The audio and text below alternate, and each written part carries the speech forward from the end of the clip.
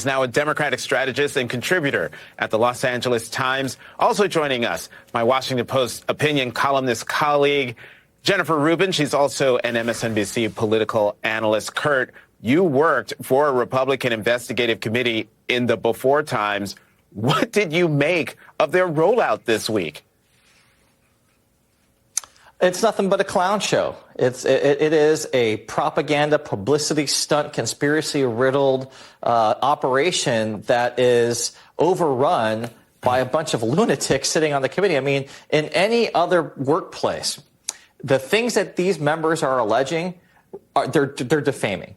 It's libel. It's slanderous. It's almost blasphemous at this point because they weren't able to produce a single shred of evidence to substantiate their outrageous claims and attacks. And that's the thing. When I worked at the committee, Jonathan, we had a motto internally, and that was manage expectations. Do not overpromise and underdeliver. Make sure you have the goods. What we saw unfold this week in the Oversight Committee, in the so-called weaponization of the government committee, was an absolute farce because there wasn't a single fact. Their own witnesses, the majority gets to pick the witnesses.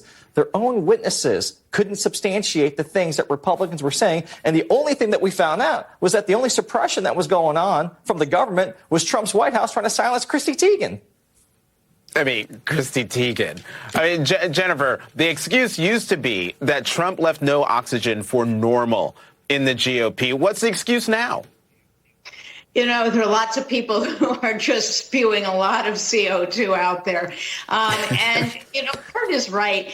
It wasn't just that they didn't turn up evidence to support themselves. It was that they turned up evidence to help Democrats, that it was Trump who was complaining. It was the rules that had to be broken to let Trump's tweets stay up there because he was in violation of Twitter rules. And I have to think that this was not only amusing for us, but very good for the Democrats who are on the committee, because the Democrats did something smart that Kevin McCarthy would never do. And that is, he put smart people on the committee instead of taking his marbles and going home. Hakeem Jeffries said, oh, no, not only are we going to put people on there, we're going to put Dan Goldman, former impeachment attorney, on there. We're going to put Jim Raskin. So when you have the best and the brightest, they are just running circles around these folks and embarrassing them at every turn. And I must say, I was kind of expecting more from the Republicans. Apparently, they don't know how to run an investigative committee anymore. I just thought that they couldn't legislate. They can't hold hearings either. They're completely incompetent. And I know Kurt, who ran so many hearings that left blood on the floor, must be embarrassed for his former Republican friends, because this is no way to run a hearing. You're helping the other guys. And I kind of wonder whether they're going to have any more. I mean, did they gain or did they lose this week? I think they lost. You can sure tell it when MSNBC is an eclipse of these around and around. I don't think they intended for them to be talking points for progressives. Right. But, you know, I'm sure a lot of progressives are like, you know, keep him coming. You know, Kurt, I just want to look at one more contrast. President Joe Biden tweets, let's give public school teachers a raise.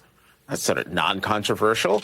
Meanwhile, Republicans attempt to stoke a culture war on public schools and teachers.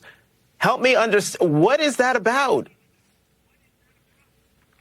I mean, this goes back to the Republican playbook of where they tried to make the imaginary CRT, which, as we have said exhaustively, isn't taught in any K through 12 school in America, while they try to make that the centerpiece of their education agenda. It's why they're trying to ban books. I think I just saw something that in Florida, a book about Roberto Clemente, the great barrier-breaking baseball player, is banned. And it ties into again, they create these insane narratives because, let's be clear, they don't have a plan for education. They don't have a plan for income inequality. They don't have a plan for the economy. They don't have a plan for inflation. They don't have a plan for crime. All they have are these inventing conspiracy theories that they all rally around and just talk to one another in this circular firing squad to try to promote. Meanwhile, the president gets to show himself to be what he is, the adult in the room, the president that's getting stuff done. It makes Democrats look like the responsible actors in the room, while Democrats look like the responsible actors in the room, while Republicans are just dissembling, and it's exactly what we saw play out in the State of the Union address.